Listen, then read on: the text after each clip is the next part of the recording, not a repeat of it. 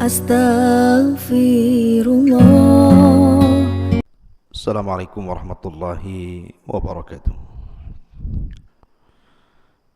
Alhamdulillah wassalatu wassalamu ala Rasulillah wa ala alihi wa sahbihi wa mawala. Wala hawla wala quwata illa billahi wa ba'du.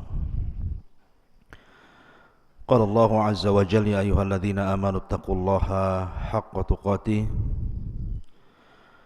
wa la tamutunna illa wa antum muslimun. Fa inna asdaqal hadithi kitabullah wa khairal huda huda Muhammadin sallallahu alaihi wasallam wa syarrul umuri muhdatsatuha wa kullu muhdatsatin bid'ah wa kullu bid'atin dhalalah wa kullu dhalalatin finnar. Ma'asyiral muslimin wal muslimat rahimani wa rahimakumullah di manapun Anda berada. Alhamdulillah di pagi hari ini kita bisa duduk untuk bertalabul ilmi, dan ini sebuah nikmat Allah subhanahu wa ta'ala yang Allah subhanahu wa ta'ala anugerahkan kepada kita. Di pagi hari ini kita bisa berusaha untuk talabul ilmi di pagi hari ini. Kemudian tak lupa salawat, teriring salam kita haturkan kepada Rasul kita yang mulia alaihi salatu wassalam. Allahumma salli ala Muhammad wa ala alihi wa sahbihi wa man sara ala nahjihi la yaumiddin. Pembahasan di pagi hari ini kita akan membahas Siratul Mustafa alaihi salatu wassalam, di mana kita akan mengkisahkan tentang beberapa mawakif tentang khuznu atau bukaun Nabi sallallahu alaihi wasallam, kesedihan dan tangisan Nabi sallallahu alaihi wasallam. Ada yang mengatakan bahawa thamaniyatun la budda minha 'alal fata wa la budda an tajriya 'alaihi thamaniyah: sururun wa hammun wajtima'un wa furqatun wa usrun wa yusrun thumma suqmun wa afiyatun. 8 perkara yang mesti terjadi kepada manusia, dan 8 perkara itu tidak mungkin tidak pasti terjadi. Sururun, kebahagiaan, wahammun, dan kesedihan, wajtima'un, berkumpul, wa furqatun, dan berpisah, wa usrun, kesulitan, wa yusrun, kemudahan, thumma suqmun, sakit, wa afiyatun, dan sehat. Ini pasti terjadi 8 perkara ini. Imma manusia itu senang, atau mungkin dia sedih, atau mungkin dia berkumpul, atau mungkin dia berpisah, atau mungkin dia sulit, atau mungkin dia mudah, atau mungkin dia sakit, atau mungkin dia sehat. Itulah perjalanan dunia. Wa tilkal ayyamu nudawiluha bainan nas, dan begitulah hari-hari Allah subhanahu wa ta'ala akan putarkan kepada manusia, tidak terkecuali, termasuk juga Nabi sallallahu alaihi wa ala alihi wasallam. Ma'asyiral muslimin, para pemirsa yang dimuliakan Allah subhanahu wa ta'ala, maka begitu juga yang dialami Nabi sallallahu alaihi wasallam.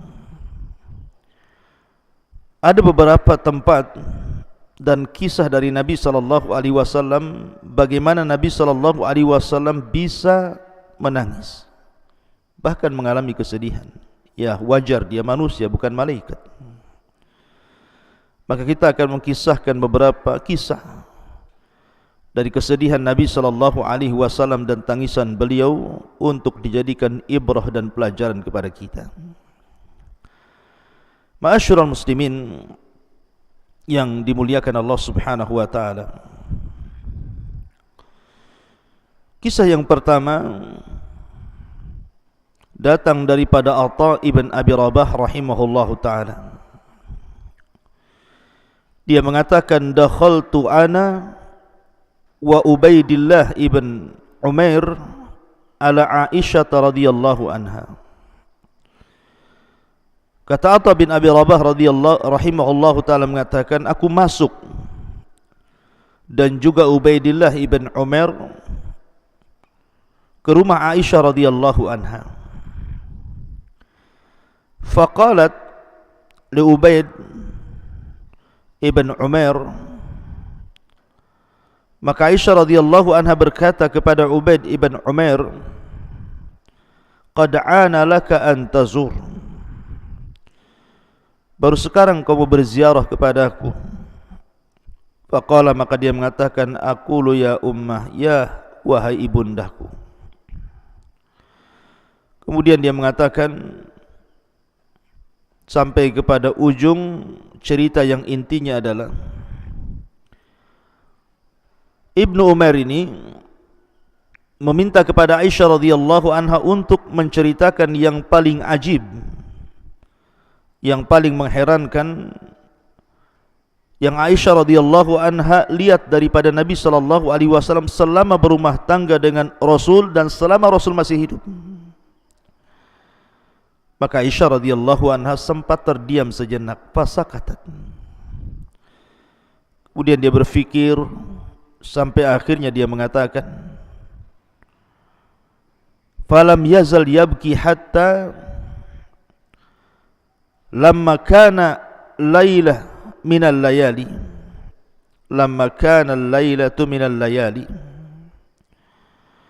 Suatu malam ketika Nabi SAW berada di giliranku, faqala Nabi SAW, ya Aisyah, dharni ata'abbadu laylata li Rabbi. Wahai Aisyah, tinggalkan diriku untuk beribadah di malam hari ini untuk Rabbku. Maka Aisyah radhiyallahu anha mengatakan, wallahi inni la uhibbu qurbak wa uhibbu ma yasurr. Wahai Rasul, demi Allah, sesungguhnya saya ingin dekat selalu denganmu, tetapi saya juga cinta dengan apa yang kusukai. Maka Aisyah radhiyallahu anha menceritakan, faqama fatatahhar, maka Nabi SAW pun bangun dari tidurnya kemudian berwudu. Thumma qama yusalli, kemudian dia salat. Falam yazal yabki hatta balla hijruh, maka tiba-tiba Nabi SAW menangis sehingga tetesan air matanya itu menetes di lantainya. Kemudian ketika Nabi SAW wa kana jalisan, Rasul pun kemudian ketika salat dia mulai duduk tasyahud. Falam yazal yabki hatta balla lihiyatu, Nabi SAW tidak terhenti dan tidak menghentikan tangisannya sampai seluruh janggutnya penuh dengan air matanya. Thumma baka hatta ballal ardu, kemudian Rasul terus menangis sampai akhirnya bumi di sekelilingnya tertetes dengan air mata Nabi SAW. Faja'a Bilalun yu'adzinuhu bis-shalah, maka Bilal pun kemudian mengumandangkan azan untuk panggilan salat. Falamma ra'ahu yabki, ketika Bilal melihat Rasul menangis, tentu orang menangis itu ada bekas tangisan.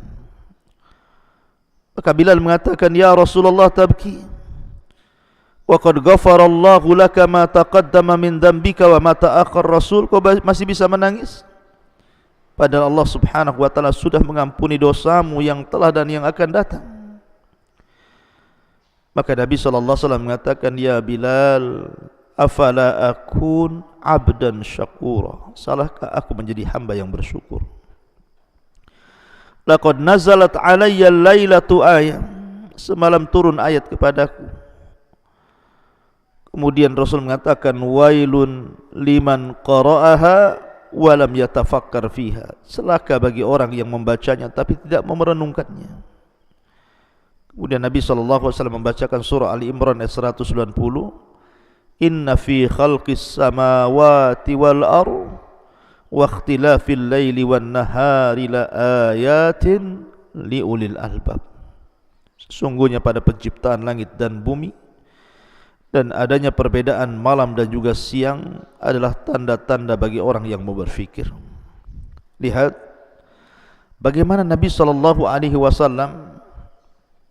ketika salat dia menangis, dia merasakan lezatnya salat. Sampai Aisyah radhiyallahu anha melihat bagaimana tangisan Nabi SAW tidak terhenti, mulai dia berdiri sampai dia duduk, sampai selesai waktu, datangnya waktu subuh. Beliau terus menangis.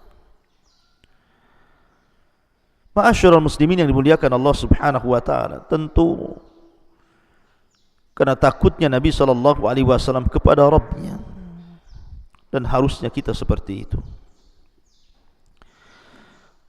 Kemudian yang kisah yang kedua, suatu malam juga Aisyah radhiyallahu anha menceritakan,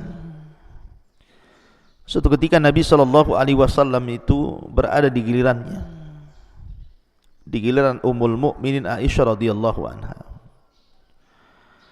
Maka Nabi SAW sebagaimana biasa, beliau selalu menyandarkan kepalanya di paha Aisyah radhiyallahu anha sampai terlelap tidur, baru Aisyah tertidur. Begitulah kebiasaan Rasul dengan Ummul Mukminin Aisyah radhiyallahu anha. Sampai suatu malam ketika giliran Aisyah radhiyallahu anha, Rasul meletakkan kepalanya di paha Aisyah radhiyallahu anha. Dipandangnya oleh Aisyah radhiyallahu anha itu wajah Nabi yang mulia alaihi salatu wassalam. Maka Aisyah radhiyallahu anha membayangkan sesuatu, tiba-tiba meneteskan air mata. Dan tetesan air mata Aisyah radhiyallahu anha mengenai pipi Nabi sallallahu alaihi wasallam. Sontak saja Rasul terbangun, kemudian duduk dan memandang wajah istrinya yang sedang menangis.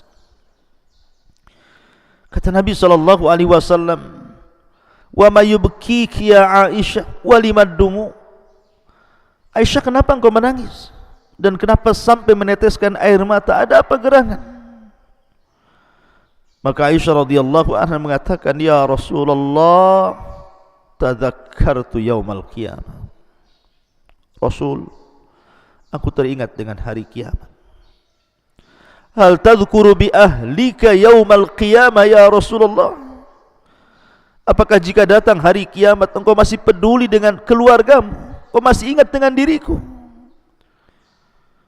Maka Nabi SAW menghela nafas dan mengatakan, ya Aisyah, amma fi thalathati mawatin fala yadhkur ahadun ahada.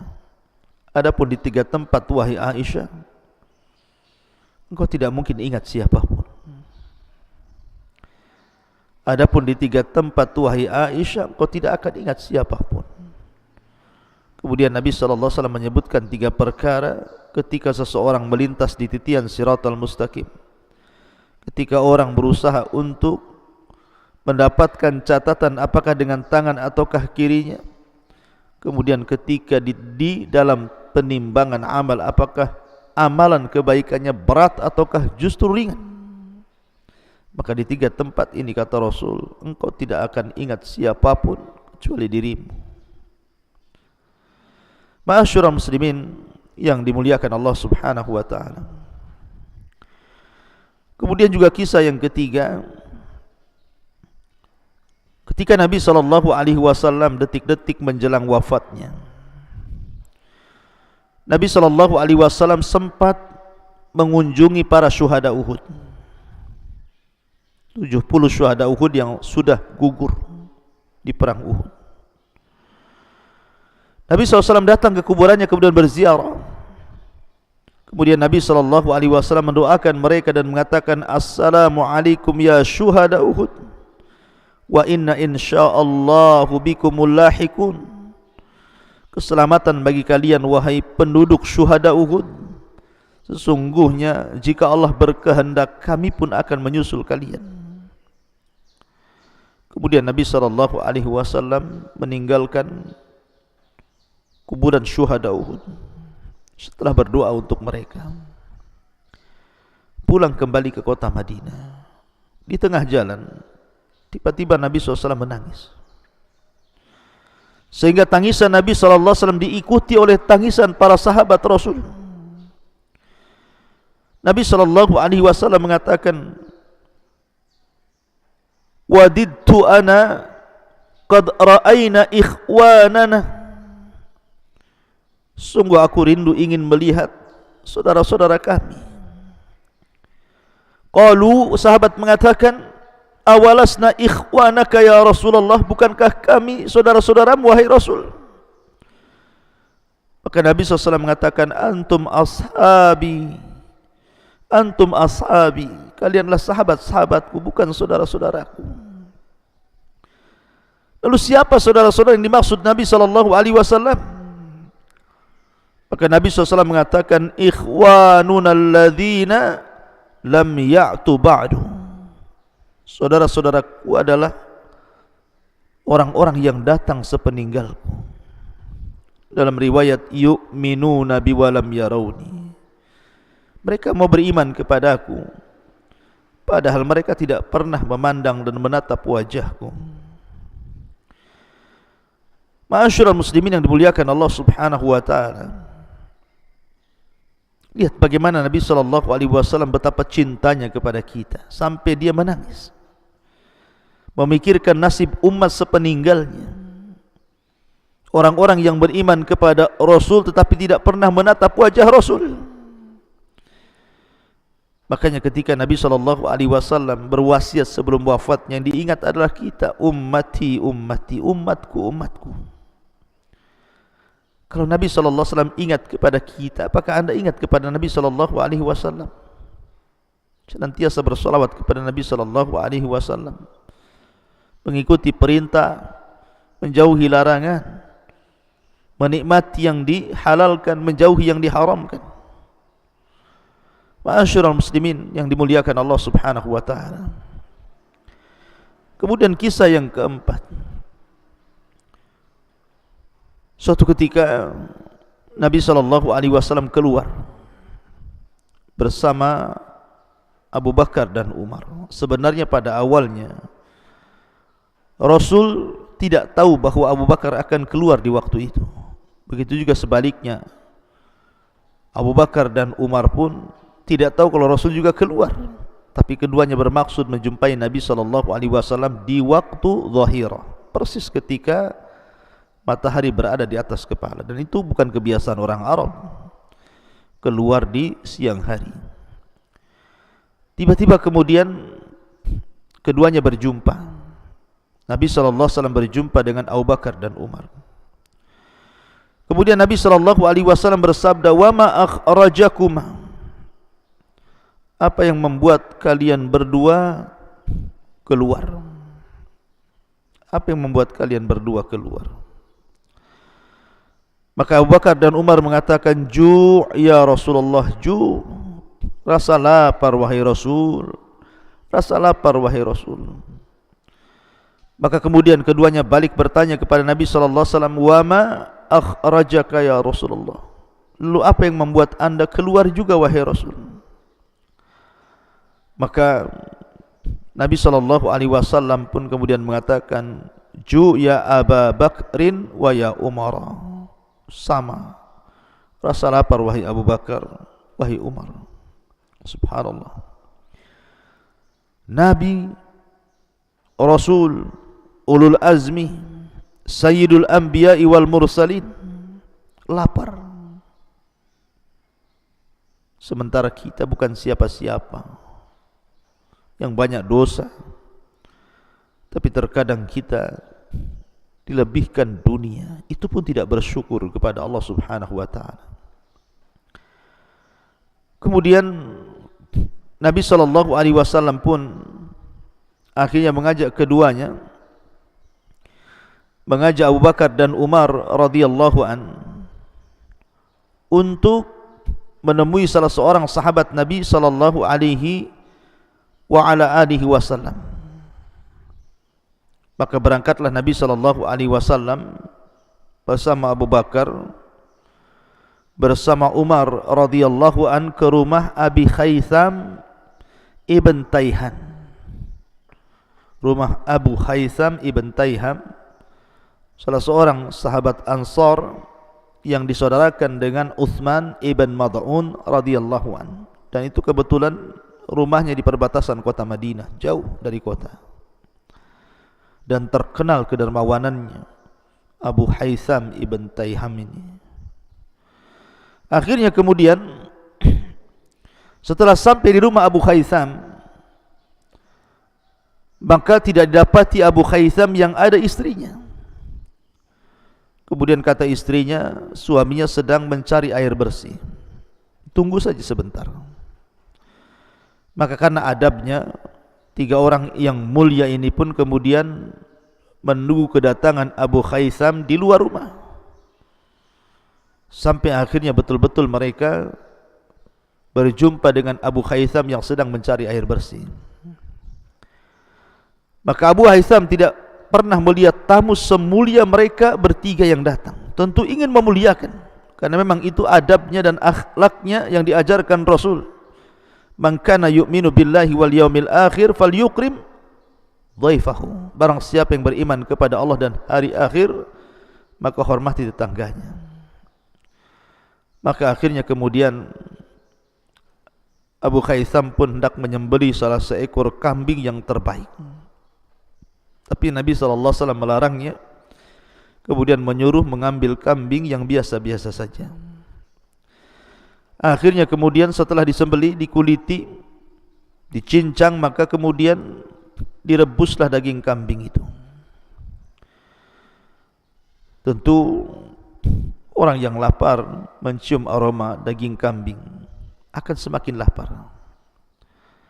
Apalagi kemudian dihidangkan di hadapan mereka bertiga, Rasul, Abu Bakar dan Umar, dan juga tuan rumah di situ. Setelah matangnya daging kambing yang berasap itu, kemudian disediakan tamar, kurma kering dan air putih, siap santap. Tapi apa yang terjadi? Nabi SAW tidak menyentuh makanan itu, tidak disentuhnya oleh Rasul. Tiba-tiba Nabi SAW memandang makanan-makanan itu, fabakan Nabi SAW. Tiba-tiba Rasul menangis, memandang makanan yang siap santap padahal dalam kondisi lapar. Sempat-sempatnya Nabi SAW menangis. Maka Abu Bakar Siddiq radhiyallahu an, yang memang sifatnya selalu ingin persis seperti Rasul, ikut menangis tanpa bertanya, kenapa anda menangis wahai Rasul? Maka dua orang yang mulia ini kemudian tenggelam dalam tangisan melihat makanan itu, kecuali Umar bin Khattab radhiyallahu an. Dia mengatakan kepada Nabi SAW, afi hadhil halah tabkun, apakah dalam kondisi seperti ini kalian berdua menangis? Makan, ini rizki dari Allah Subhanahu wa ta'ala. Maka Nabi SAW mengatakan, ya Umar, alhaakumut takatsur hatta zurtumul maqabir, kalla sawfa ta'lamun, thumma kalla sawfa ta'lamun, kalla law ta'lamuna ilmal yakin, sampai kepada ayat wa yauma thumma la tus'alunna yauma idzin 'anil na'im. Sungguh kalian akan ditanya kelak pada suatu hari di hadapan Allah Subhanahu wa taala tentang nikmat-nikmat yang Allah anugerahkan kepada kita. Seolah-olah Rasul ingin mengatakan, ya Umar, daging kambing yang kita akan santap ini, kurma kering yang kita akan santap ini, dan air bersih, air segar yang kita akan minum ini semua nikmat Allah. Semua akan ditanya. Subhanallah, pelajaran yang berharga. Padahal yang memberi makan sahabat tidak mungkin memberi makan yang haram. Makanan yang dimakan pun adalah makanan halal, bukan makanan haram. Yang memakan pun Rasul, Abu Bakar dan Umar yang sudah mendapat jaminan surga. Tapi Nabi SAW mengajarkan kepada kita semua bahawa kalian akan ditanya akan nikmat Allah Subhanahu wa taala yang Allah anugerahkan ini.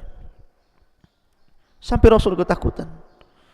La tus'alunna yawma idzin 'anin na'im. La tus'alunna, sungguh kalian akan ditanya yawma idzin, kelak pada suatu hari, 'anin na'im, dari nikmat yang Allah anugerahkan kepada kalian. Ma'asyiral muslimin yang dimuliakan Allah Subhanahu wa taala, lihat bagaimana Nabi SAW sangat sedih dan takut menjadi hamba yang kufur nikmat. Ini kisah yang kelima. Kisah yang keenam, Nabi SAW itu sangat senang mendengarkan bacaan Quran, walaupun Al-Quran turun kepada dia. Dan salah satu sahabat Nabi SAW yang paling indah bacaannya, yang disejajarkan dengan malaikat Jibril, adalah Ummi Abdin, ibnu Ummi Abdin, atau nama lain daripada Abdullah ibnu Mas'ud radhiyallahu anhu.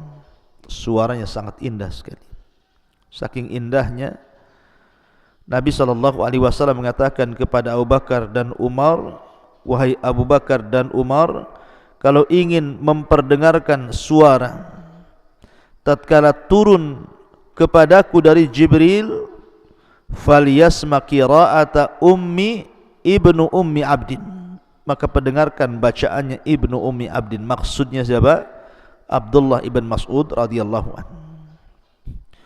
Suatu ketika Nabi SAW memanggil Abdullah bin Mas'ud radhiyallahu anhu dan mengatakan, Iqra' alayya al-Quran, bacakan kepadaku Quran.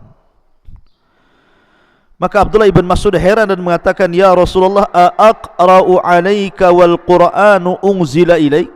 Rasul, apakah harus aku bacakan Quran ini kepadamu sementara Quran ini turun kepadamu? Maka Rasulullah mengatakan, inni ashtahi an asma'ahu min ghairi, tapi aku ingin mendengar suara itu dibaca dari selainku. Iqra', baca. Maka karena ini perintah Nabi SAW, faqara'at an-nisa, faqara'a surat an-nisa, maka Abdullah ibn Mas'ud radhiyallahu an pun membaca surah Nisa sampai kepada ayat, fa kaifa idza ji'na min kulli ummatin bisyahid wa ji'na bika ala haula'i syahida, fa rafa'tu ra'si, kemudian fara'aitu dumu'ahu tasil, hatta ataitu ila hadhihi al-ayah, fa kaifa idza ji'na min kulli ummatin bisyahid wa ji'na bika ala haula'i syahida, fa qala an-nabiy sallallahu alaihi wasallam, hasbuka ya hasbuka, hasbuka ya ibn Mas'ud, hasbuka ya ibn Mas'ud. Faltafattu ilaihi fa idza ainahu tadrifan. Maka ketika Abdullah ibn Mas'ud membacakan surah An-Nisa sampai kepada ayat yang artinya bagaimana apabila kami mendatangkan setiap umat ini dengan saksinya dan kami jadikan engkau sebagai saksi bagi mereka, maka ketika dirinya disinggung oleh Allah Azza wa Jalla bahwa kelak pada hari kiamat dia akan menjadi saksi bukan hanya kepada umat Islam tapi juga umat-umat sebelumnya, maka Nabi SAW kata Abdullah bin Mas'ud, ketika aku mengangkat kepala melihat Rasul, tiba-tiba dari kedua kelopak mata Rasul mengalir air matanya. Sehingga Nabi SAW mengatakan hasbuka, hasbukal an, cukup, cukup. Kemudian kata Abdullah bin Mas'ud radhiyallahu an, maka aku melihat kedua matanya deras, banjir dengan air mata karena takutnya kepada Allah Subhanahu wa taala. Ini juga salah satu tangisan Nabi SAW. Kemudian yang berikutnya dari Anas bin Malik radhiyallahu an. Jadi suatu ketika salah satu putra Nabi SAW yang bernama Ibrahim, putra daripada Maria Al-Qibtiyah, itu meninggal dunia karena sakit. Dan usianya sudah 1 tahun 8 bulan. Dan sebelumnya Rasul sudah meninggal oleh anak laki-lakinya seperti Qasim, kemudian Abdullah, dan yang terakhir Ibrahim, putra budaknya Maria Al-Qibtiyah. Ketika Abdurrahman bin Auf radhiyallahu an memberitahu akan wafatnya Ibrahim, Nabi SAW sedih. Kesedihan Nabi SAW akan wafatnya putra beliau Ibrahim sehingga Rasul sampai menangis. Abdurrahman bin Auf heran sehingga dia bertanya kepada Nabi SAW, Rasul, bukankah engkau yang melarang tidak boleh menangis saat ada kematian? Maka Rasul SAW mengatakan, Ya ibna Aufin, innaha rahmah, innaha rahmah. Wahai Abdurrahman bin Auf, sesungguhnya air mataku adalah air mata kasih sayang, air mata kasih sayang. Kemudian dia mengatakan, innal aina la tadma wa innal qalba la tahzan wa la naqulu illa bima yarda rabbuna wa inna bi firakika ya Ibrahim la mahzunun. Sesungguhnya air mata ini bisa mengalir, hati ini bisa bersedih, tetapi kami tidak mungkin mengucapkan sesuatu kecuali karena ucapan itu diredai Allah Subhanahu wa ta'ala. Dan ketahuilah wahai Abdurrahman, berpisahnya diriku dengan Ibrahim itu menyesakkan dada, menyisakan kesedihan yang luar biasa. Makanya aku menangis. Ya, karena musibah terberat dalam kehidupan kita ini, apabila orang yang kita cintai meninggalkan kita, terlebih kalau itu adalah buah hati kita, darah daging kita, anak kita tercinta, meninggal di hadapan kita. Itu yang dirasakan Nabi SAW. Ma'asyiral muslimin yang dimuliakan Allah Subhanahu wa ta'ala. Kemudian juga Nabi SAW pernah menangis ketika ada beberapa kabilah datang kepada Nabi SAW untuk meminta para pakar Quran mengajarkan Al-Quran di kabilah-kabilah mereka. Maka mengutuslah Nabi SAW sab'ina min ashabihi, 70 dari sahabatnya, semua pakar-pakar Quran. Rupanya itu siasat orang-orang itu sengaja meminta kepada Nabi SAW 70 para sahabat untuk dibantai, untuk dibunuh. Maka betullah ketika 70 sahabat Rasul yang pakar Quran ini diutus Rasul, tiba-tiba ketika sampai di Bi'rul Ma'unah, sumur Ma'unah, mereka dikepung, mereka dibantai, mereka dibunuh. Maka Nabi SAW mendengar bahawa 70 para pakar Quran yang diutusnya untuk mengajarkan Quran rupanya dikhianati sehingga mereka dibantai dan dibunuh. Fahazina khuznan syadidan, Rasul pun sangat sedih sekali, sedih bukan main. Sehingga Anas ibn Malik radhiyallahu an mengatakan, ma ra'aitu Rasulullah sallallahu alaihi wasallam wajada ala sariyatin ma wajada ala sab'in alladzina usibu yawma bi'ril ma'una kanu yud'auna al-qurra famakatha syahran yad'u ala qatlihim. Kata Anas bin Malik radhiyallahu anhu, aku tidak pernah melihat Nabi SAW memendam kesedihan apabila mengutus pasukan yang tidak dipimpin beliau, sebagaimana sedihnya Rasul ketika mendengar 70 orang-orang yang disebut sebagai qurra, pakar Quran, yang dibantai di sekitar sumur Ma'unah. Maka kesedihan Rasul membawa kepada kunut nazilah. Nabi pun kemudian berkunut sebulan lamanya, berdoa kepada Allah Subhanahu wa taala untuk kemenangan karena terbunuhnya 70 orang tanpa bersalah, dibantai dan dibunuh para qurra. Maka Nabi SAW sangat sedih sekali. Ini juga diantara kesedihan dan juga tangisan Nabi SAW. Kemudian juga diantara tangisan Nabi SAW adalah ketika wafatnya Khadijah. Karena 6 bulan atau dalam tahun yang sama, ada yang mengatakan 6 bulan setelahnya, orang yang dicintainya juga meninggal. Jadi Khadijah radhiyallahu anha dan juga pamannya Nabi SAW dalam tahun yang sama meninggal dunia. Dan kita tahu bahwa Khadijah radhiyallahu anha sangat membantu Rasul dalam dakwah, apalagi dia wanita yang dicintainya. Begitu juga pamannya Abu Talib, walaupun masih kafir tetapi terkenal pembelaan kepada dakwah Nabi SAW. Jadi ketika wafatnya Khadijah bintu Khuwailid radhiyallahu anha, kita tahu Khadijah sekali lagi adalah sahabiah sekaligus istri Nabi SAW yang pertama kali beriman sebelum yang lainnya, yang pertama kali membenarkan sebelum yang lainnya, yang pertama kali menafkahkan hartanya di jalan Allah Subhanahu wa taala sebelum yang lainnya, sebelum Abu Bakar, sebelum Uthman, sebelum Abdurrahman bin Auf dan orang-orang kaya setelahnya. Maka Khadijah satu-satunya wanita yang mengorbankan segalanya.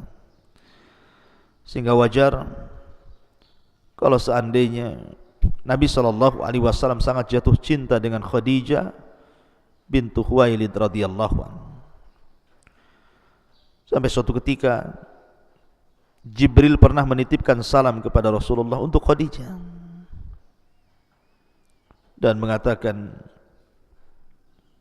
sampaikan salamku kepada Khadijah, sampaikan salam dari Arabnya dan dariku kepada Khadijah, wa basyirha bi baitin fil jannati min qasabin wala sakhab wala nasab, la sakhaba wala nasaba. Kabarkan kepada Khadijah istrimu hai Muhammad bahwa Allah Subhanahu wa taala telah membuatkan satu rumah di sorga yang terbuat dari mutiara, yang tidak ada kebisingan di dalamnya dan tidak ada kelelahan dan keletihan padanya.